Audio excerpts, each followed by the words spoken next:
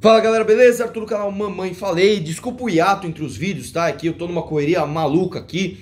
Fui pra Sorocaba na quinta, depois sem dormir peguei o voo direto, fui pro Amapá. Passei o final de semana lá, fazendo congresso, indo em rádio, programa de TV, passando a informação liberal lá no estado do Amapá. Voltei pro Espírito Santo e agora cheguei em São Paulo. E daqui a pouco, daqui 20 minutinhos, vai ter a votação, adivinha do quê? De aumento de salário de servidor público, inclusive aumento do piso, o que é uma coisa muito ruim porque está contemplando inclusive os inativos. Então, infelizmente, a gente não para, cara. Tem que estar aqui, tem que fazer um monte de coisa.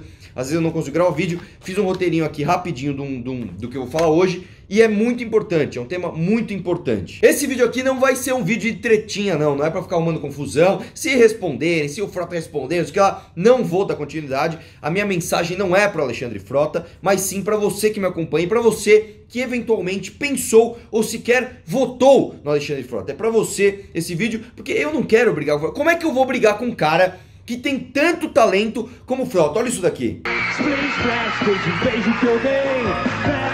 Do cinema, todo mundo olhou me condenando, só porque eu estava amando. Mas é um poço de talento. Eu vou falar o quê? Num cara que se mexe desse jeito, tem essa voz, esse talento. É um artista nato, é um artista nato. Eu vou falar o quê? Num cara desse, tá? E vocês devem estar pensando, pô, o Arthur se decepcionou com o Frota, né? Como muitas pessoas, né? Que votaram ali 17, o número dele, se decepcionaram com o Frota. Eu não me decepcionei com o Frota.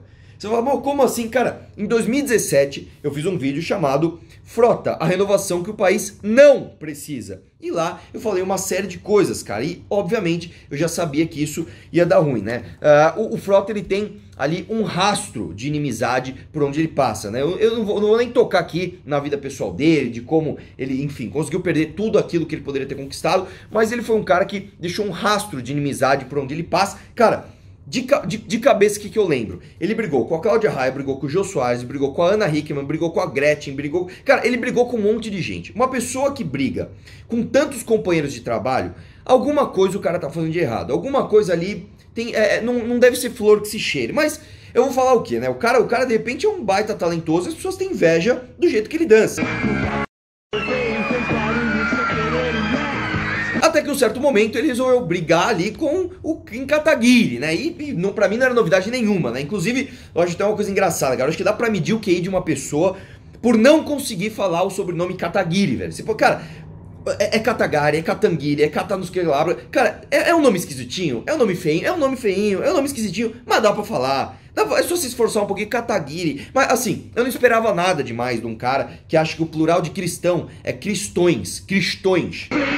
Mas tudo bem, fui lá, fiz o vídeo, meti o pau nele, falei um monte, mostrei ali que ele brigou com um monte de gente, tentou roubar a marca do MBL, fez um monte de coisa, né? E foi até engraçado. Quando ele foi criticar o Kim, né? Qual que é a crítica do cara, né? Não, vai vir uma baita crítica, vamos ver o que dá pra melhorar. A crítica dele é que o Kim Kataguiri era um filhote de Jaspion que chupa a vagina de canudinho. Mas enfim, né? Eu vou falar o quê? De um cara que responde o próprio filho no Twitter falando que comeu a mãe dele, né? O Frota no Twitter foi lá e falou, ó, na época que eu comi a tua mãe... Bom, eu não tenho mais o que falar desse cara, enfim. O cara resolveu entrar na política. E muitas pessoas ali deram uma carta de crédito pra ele. Não, vamos ver, né, como que o cara tá. Até o Nando Moura parece que encontrou ele no shopping. Não, pô, o cara tava com o filho, achei puta imagem bonita, tal. Ele com o filho, tal. Parece que ele virou um cristão, ele é um cara que a gente tem que perdoar, não sei o que lá, tem que dar. Beleza. Até no meu vídeo que eu fiz, inclusive em 2017, tinham comentários ali.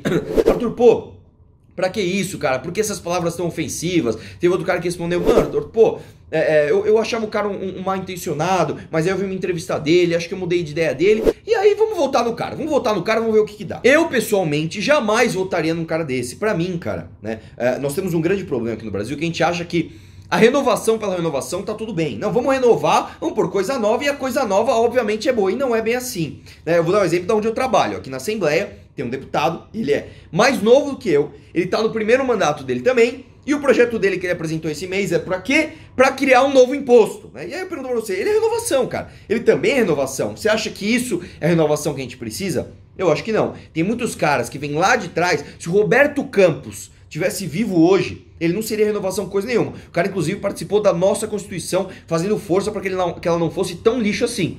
Se o cara fosse vivo, eu votaria no cara com o maior orgulho do mundo. e ele estaria completamente longe de ser uma inovação. O pensamento novo não está atrelado à idade, muito menos ao cara ser marinheiro de primeiro mandato, vamos dizer assim, né? Então, o cara entrou lá e vamos ver o que ele fez, né? Na verdade, assim, como é que a gente pode, né, avaliar um cara antes dele ir mas enfim, pra você o critério de votar num cara é o cara xingar o PT, né? Eu acho que é um critério muito baixo, porque virou moda xingar o PT. Então todo mundo tá xingando o PT, e o que o Frota fez? Ele xingava o PT com um pouco mais de intensidade. Então falava mais palavrão, usava umas... Ele era mais chucrão. Então, pô, esse cara me representa, hein, meu? Esse aí chuta o balde mesmo, esse aí fala o que tem que falar. Vamos lá, vamos votar no cara. Muitos caras entraram, inclusive, com esse discurso, inclusive no Senado. Entrou um cara lá que tem esse discurso também, enfim. Vamos ver o que o cara fez depois de eleito. E não, cara, infelizmente não foi dançar Splish Splash, não foi só fazer essa dancinha aí, esbanjar talento, vamos dizer assim, né? O Frota, ele se elegeu na base do Bolsonaro, né? Porque ia com o Bolsonaro pra cima e pra baixo, e vai na TV, e vai não sei aonde, e tô com o Bolsonaro, e o Bolsonaro é conservador, eu sou conservador também, não sei o que lá, e você, base do governo, entrou e discordou do Bolsonaro. Tudo bem, você não pode discordar do Bolsonaro? Pode, você pode discordar do Bolsonaro. O que ele fez quando ele discordou do Bolsonaro? Ele sentou com o cara, trocou uma ideia? Não. Ele fez uma carta aberta ao presidente. Aí eu fico imaginando. Imagina você tá na legenda do cara, ele se elege no mesmo número que você, puxando o teu saco, de repente ele faz uma carta aberta, né, falando um monte de você. E aí, isso me lembra até o Temer. Você lembra quando o Temer, né, ele vazou uma carta pra Dilma? Era uma carta pra Dilma, mas vazou. A carta vazou. Que coincidência, vazou. Quem é que usa carta hoje em dia? Só se for Michel Temer mesmo. Mas enfim, vazou coincidentemente uma carta onde ele dizia que estava comprometido com o Brasil e a Dilma não dava espaço pra ele no governo. O queridão do Splish Splash aí fez a mesma coisa. Ele mandou uma carta aberta pro presidente, não foi vazado, ele mesmo mandou uma carta aberta. E ele dizia o seguinte, olha que bonito, o Brasil acima de tudo, inclusive dos privilégios para os familiares. Pô, que crítica bonita, ok, achei até bonita a crítica dele. O que aconteceu? Ele foi lá e votou a favor de retirar ali, de dar benefícios, de dar privilégios para os militares e para os professores na reforma da Previdência. Então assim, ó, para ele, né, você privilegiar a família tá errado, mas aí na hora de privilegiar o seu curral eleitoral, aí você fazer populismo com o dinheiro do mais pobre, aí tudo bem, boa Frota, boa.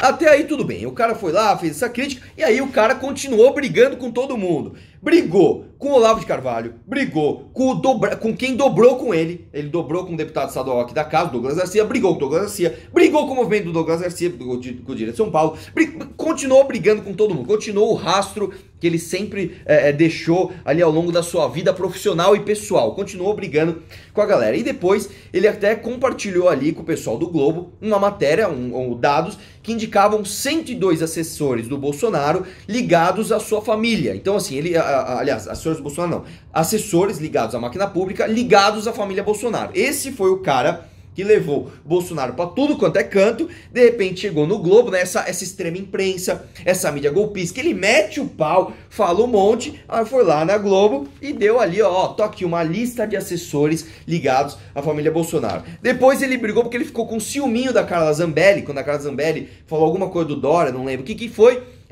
ele foi lá, falou que a Carla Zambelli fazia ativismo infantil, onde já se viu se aproximar do Dória, né? Você não ouse se aproximar das figuras populares, que isso é coisa pra eu fazer sozinho. Depois ele foi lá e pra mim esse foi o ápice do cara que decepciona o seu eleitor, e isso pra mim é muito sério. Ele votou no segundo turno da reforma da Previdência, ele se absteve do voto. Ele simplesmente falou o seguinte, olha, para mandar um recado pro governo, que eu tô brigando com o governo aqui, eu vou me abster do meu voto. Ou seja, dane-se a pauta, danem-se os brasileiros, dane-se que o Brasil tá indo pro buraco com a reforma da Previdência. O importante é o recado que eu quero dar para o governo. Ele simplesmente se absteve da reforma da Previdência. Isso pra mim mostrou que o cara tá cagando, cara, pro voto. Ele tá cagando pro Brasil, tá cagando pra reforma.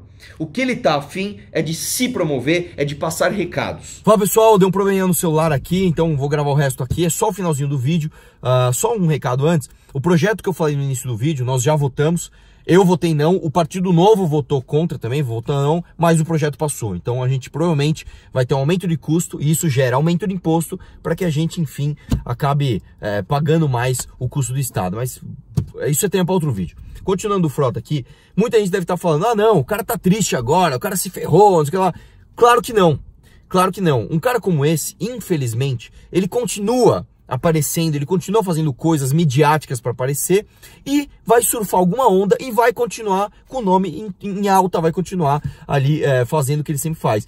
Inclusive, ele recebeu já convite de outros partidos, inclusive do DEM, que é o meu partido, que pra mim, eu vou soltar vídeo já, o que eu penso sobre isso, né? Tô negociando, inclusive, algumas coisas que eu vou falar depois, mas não, cara, o cara não tá triste. E o problema é justamente esse, o recado é justamente esse. Não adianta a gente ficar votando nessas figuras. O Tiririca é um exemplo disso. Ele entrou com votação recorde quando ele conseguiu ganhar a eleição em 2010.